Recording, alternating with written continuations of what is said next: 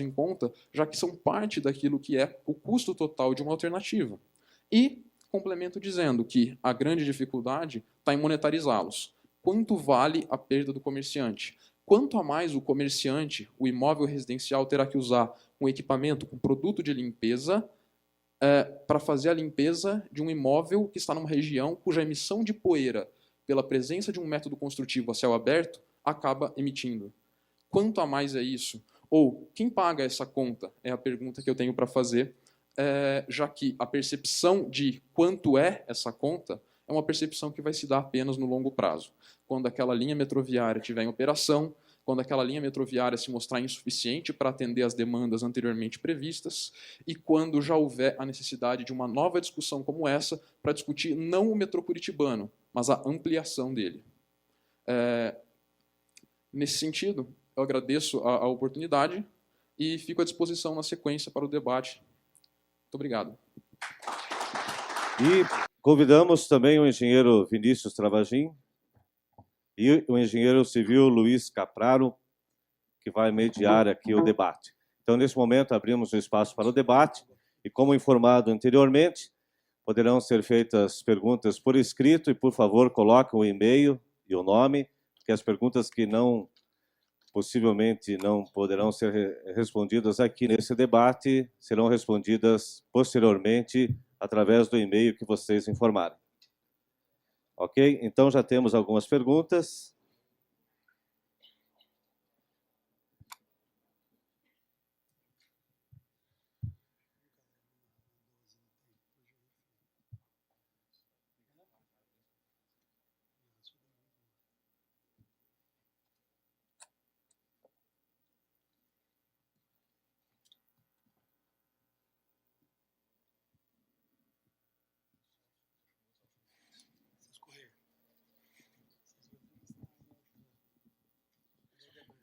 Muito bem.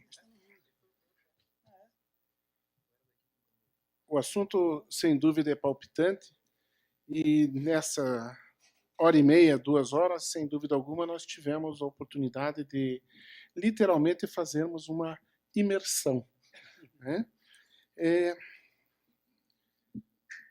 Vamos dar início, então,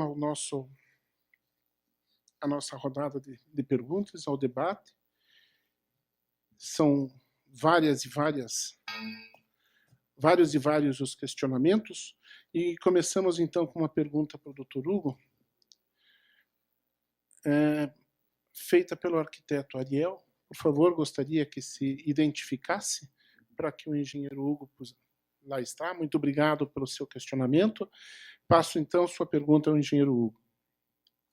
Obrigado pela pergunta. Só um minuto. Para que a gente tenha agilidade, então eu passo uma pergunta para ele e a sequente para o engenheiro Vinícius, de modo que ele também já vá preparando sua resposta e assim a gente possa dar continuidade. Engenheiro Vinícius, a questão que vem de Abibes Georges, da Geocompany, desculpe, do Instituto de Engenharia de São Paulo. Por favor, se identifique. Lá está. Muito obrigado pela sua pergunta. Engenheiro Hugo. A pergunta é: qual a importância de fornecer a sondagem antes da licitação? É o grau de erro que você vai ter. Se você... Uma das maiores fontes de claims em contratos de obra subterrânea é geologia. Existem alguns estudos que mostram que você gastando... Isso feito pelo Harvey Parker, que foi ex-presidente da Associação Internacional de Túneis, que ele lançou num gráfico todo o custo de foi feita investigação em projetos ao redor do mundo, e em cada um daqueles projetos, quais foram os valores percentuais em relação ao valor total do contrato em claims relacionados à geologia. O número recomendado é em torno de 2% do valor do projeto, do contrato, ainda da obra, estou dizendo, gasto em investigação. Parece uma coisa astronômica para a gente. Tá? A gente não gasta 0,00001. Tá? Agora, todos os problemas que vierem por conta das mudanças de maciço, tudo, o cliente vai pagar. Agora, a luz para isso é o que a gente chama de Geotechnical Baseline Report, que as seguradoras americanas que começaram a trabalhar com isso. Como que é a maneira que a gente vê hoje como ideal? O contratante faz uma investigação, contrata uma empresa especializada, ou tem equipe própria, que consolida todos esses dados geológicos, de sondagem, geotécnicos, num relatório onde é feito um panorama daquele trecho que vai ser escavado, se coloca quais as limitações daquelas investigações, sugere novas investigações. Na verdade, isso o que é? É gestão de risco, que esse que acho que é o ponto fundamental que eu gostaria de complementar na palestra do Vinícius. A gestão de risco, acho que é a nossa saída para fazer obra subterrânea bem feita e próximo do orçamento e segura. Tá? Então, esse documento ele é colocado na licitação. Tudo que tiver previsto naquele documento não é objeto de claims futuros. Tudo que extrapolar aquele documento até um certo valor, já está previsto que, olha, até aquele valor você vai receber e não precisa discutir. O que for acima daquilo, olha, eu tenho a sondagem a cada 30 metros, tudo solo mole. Me apareceu um matacão de granito no meio que eu não previa, eu tive que parar minha máquina. Aí realmente é imprevisto. Agora, eu queria só fazer um parênteses disso, que se confunde muito imprevisto geológico com incompetência. Tá? O que existe de incompetência colocado a culpa no perfil geológico é impressionante. As pessoas não fazem investigação, não interpretam direito à investigação, depois fala que a culpa é da geologia. Ela estava lá já. Alguém que não viu direito, alguém que não investigou direito. Tá? Agora, surpresas existem? Claro, não é uma ciência exata, ninguém tem dúvida disso. Agora, que o conhecimento geológico pode ser colocado a favor do contratante e não contra? Pode. Não sei se respondi.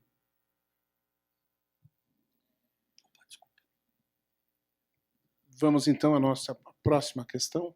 Engenheiro Vinícius, professor Vinícius.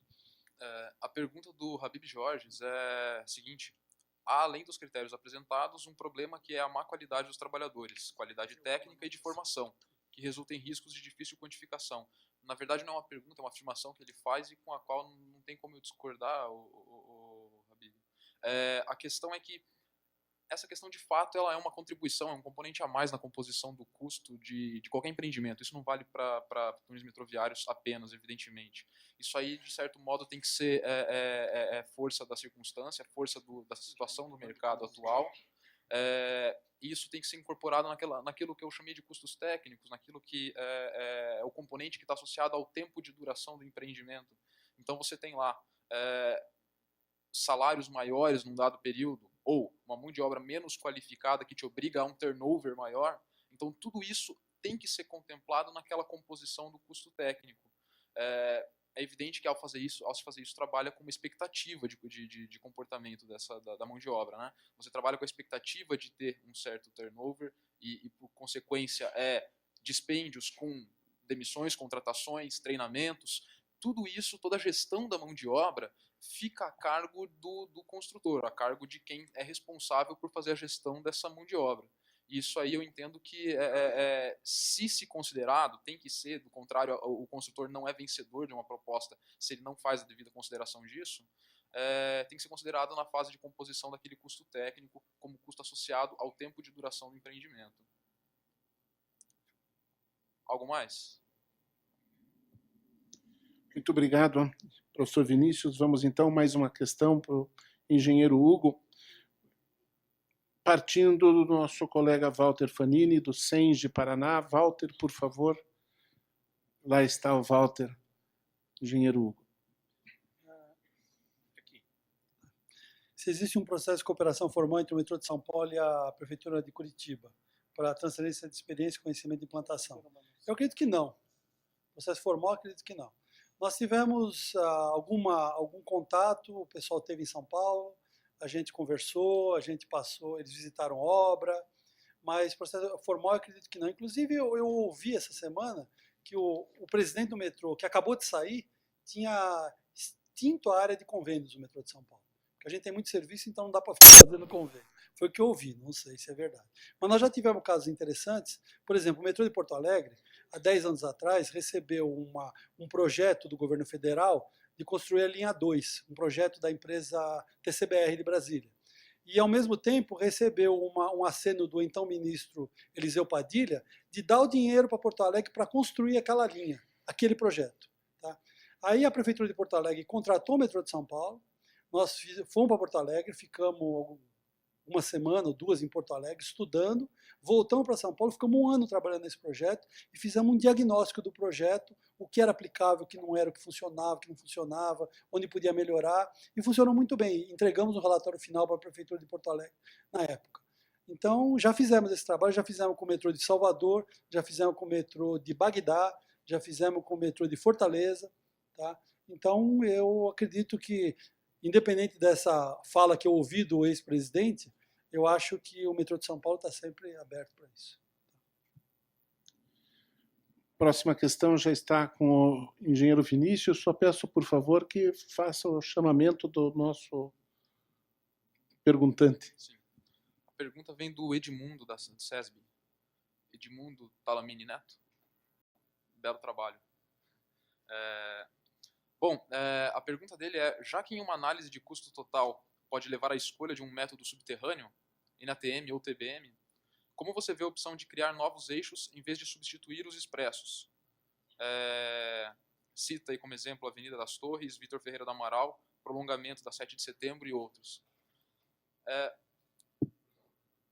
Eu vejo sempre como interessante. A princípio eu tenho uma certa rejeição àquele resultado quase pronto de que cut and cover é a solução mais barata e ponto final. No sentido de tomamos partidos de eixos já existentes e com isso temos já meio caminho andado, no sentido de basta fazer uma vala nessas vias e conseguir a construção de forma menos custosa, menos onerosa. Contudo, a gente precisa lembrar que todos esses eixos citados são eixos cujo movimento é extremamente grande. Eu cito como exemplo as recentes intervenções na própria Avenida das Torres, como parte do melhoramento do processo daquele corredor aeroporto. O que acontece é que numa situação como aquela, em que você tem, por exemplo, uma eventual interrupção, como houve a questão de 20 e poucos dias atrás, quando um guindaste precisou ocupar uma ou duas faixas da via sentido centro, aeroporto centro, em que se levava aproximadamente 3 horas no percurso aeroporto-Curitiba. Eu considero isso como parte do ambiente urbano atual, o tamanho que Curitiba tem, como uma coisa inadmissível no contexto atual. A demanda que tem em transporte, quanto custa uma pessoa parada, quanto custa um negócio não firmado, quanto custa uma assinatura que não está presente no papel no horário que deveria estar. Isso me faz ver com ressalvas a solução imediatista e de fácil assimilação da vala recoberta. O que me faz ter uma certa apreciação, não pelas alternativas subterrâneas, mas sim pela curiosidade de saber se de fato elas são interessantes. Então eu tenho um apreço muito grande pela investigação. A chance de que elas sejam mais interessantes existe. É questão de se avaliar. Muito obrigado, engenheiro Vinícius. Geólogo Hugo, respondendo a pergunta do Edmundo, da SESB. Onde está o Edmundo? Está ali. Vamos lá. A pergunta do Edmundo é: ocorreu em São Paulo alguma situação em que as fraturas da argila terciária trouxeram dificuldade? Sim. A argila terciária é excelente para túnel. A gente diz mamão com açúcar. Você pode fazer túnel. Nós já temos túnel feito em ATM, sem cambota, com avanço de 2 metros, com baixa cobertura, só com projetado de tela. Tá? Agora, quando ela é fissurada, você precisa tomar alguns cuidados, que nós tivemos um caso fatal já, na estação Oscar Freire, que a frente do túnel estava avançando, soltou uma lasca dessa fissura da argila e tinha um pinhão abaixado, caiu aqui, matou o cara na hora. Tá? Então, na verdade, isso aqui acho que abre um espaço para o seguinte. Hoje, há uns anos atrás, a gente, no metrô de São Paulo, eu estou já ficando velho lá, estou com 27 anos de metrô de São Paulo, a gente tinha uma tendência a querer fazer a obra mais barata. Então vamos fazer o projeto o mais simples possível, vamos tentar economizar. Não adianta, viu? Você precisa pôr o que precisa. Você precisa prever, você precisa trabalhar com análise de risco, não adianta. Se você acha que vai ter esse tipo de problema, coloque grampeamento de frente com fibra de vidro. Coloque um projetado na frente, põe na planilha. Tudo que você colocou na planilha, na concorrência, que está previsto, não é caro. O caro é parar a obra, Para a obra, é uma coisa que às vezes eu acho... A linha 5 do metrô de São Paulo ela ficou parada durante 6 meses, porque um bem-intencionado, não vou dizer que é mal-intencionado, o promotor, não sei quem foi exatamente, questionou a forma de contratação. Por quê? Porque como na linha 4 acabou ficando tudo na mão de um consórcio só, foi recomendado para o metrô de São Paulo picotar a linha 5 em trechos. E quem ganhasse um trecho não poderia participar do outro. Tá? Parece uma decisão lógica, óbvia, né? Bom, o que aconteceu? Uma empresa ganhou um trecho, ela deu preço para os outros trechos, mas ela ganhou, ela estava fora. Aí abriu o segundo trecho, outro ganhou, outro ganhou, outro ganhou. Aí o promotor pediu para abrir os preços daqueles que não ganharam, mas que já tinham ganho outro trecho. E alguns deles, o preço era mais baixo do que o preço que foi efetivamente quem ganhou. Perfeito. O problema é que a obra ficou... Isso aí dava uma economia de em torno de 300 milhões, alguma coisa assim. O problema é que essa obra, não, acho que nem tem, acho que 200 e poucos milhões, se fosse possível. O problema é que essa obra ficou parada por isso em torno de 6 meses, até mais. O balanço patrimonial do metrô de São Paulo hoje indica que, números grosseiros assim, que cada linha, considerando tráfego, morbidade, tudo, ela economiza para a cidade pelo menos 1 bilhão por ano. Se você atrasou 6 meses a obra, por causa de uma causa nobre, você jogou dinheiro no lixo. Tá? Então, vale a pena você fazer um método mais robusto, um projeto mais robusto, menos suscetível a chuvas e trovoadas. E uma coisa, túnel não cai por causa de chuva, tá? Porque ele é feito debaixo do nível d'água normalmente. Às vezes sai no jornal, o túnel tal caiu porque aumentou a chuva. Raramente pode acontecer. Se é abaixo do nível d'água, não cai. Então você tem que fazer um projeto mais robusto para não passar por essas coisas. É melhor você gastar um pouco em grampeamento de frente, é barato, perto do que você correr risco. Muito obrigado. Próxima questão para o engenheiro Vinícius, do Walter Fanini, do Sengi.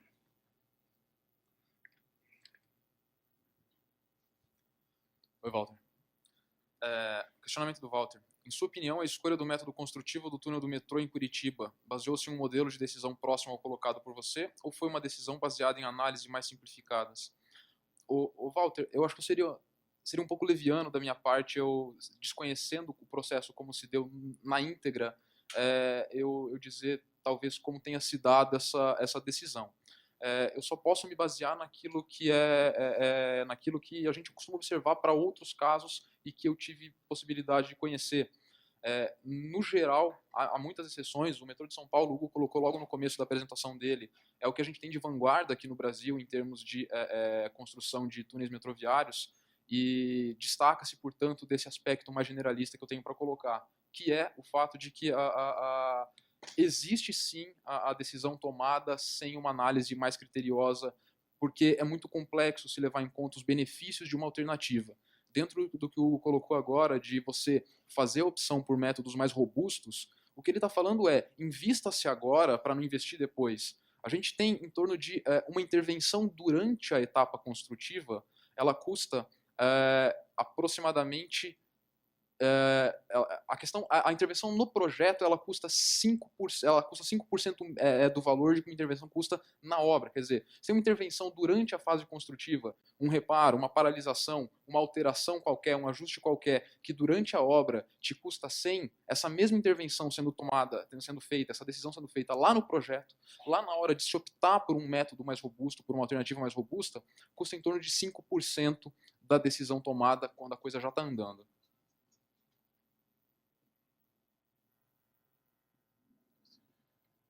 Próxima questão para o geólogo Hugo, da parte do Rinaldo de Andrade. Rinaldo, onde está você?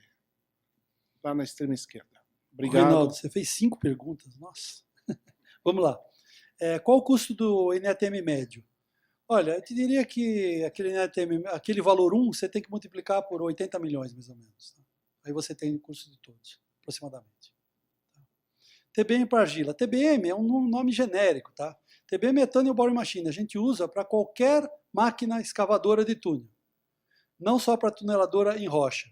É que a tuneladora de rocha, ela é usualmente conhecida como TBM. E, em geral, TBM Gripper, que é que apoia. Ele não tem o shield, ele apoia as sapatas na rocha e avança em função disso. E na verdade, a gente usa para argila os EPBs, na verdade. É um TBM, não deixa de ser um TBM, um Tunnel Boring Machine. Qual o custo do tatuzão para argila FI 9 metros? Em torno de, só a máquina, em torno de 25, 30 milhões de dólares. Tá? Qual o custo de um TBM de 4 metros, 4,6? Aí eu já não sei, cara. Eu acho que deve custar em torno de uns... Depende se for novo, se for usado, 10 milhões, uma coisa desse tipo. Um pouco menos.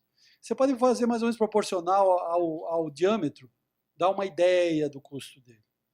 Qual o custo total dos 12,8 km da linha amarela? Não sei. Porque ainda não está fechado todo o contrato, porque existem alguns claims ainda. Mas uma coisa eu sei. A linha amarela deve ter sido a linha mais barata que o metrô de São Paulo fez até hoje. Os contratos originais sim, eram em torno de 800 milhões, 1 bilhão cada trecho. Então, não precisa colocar inflação,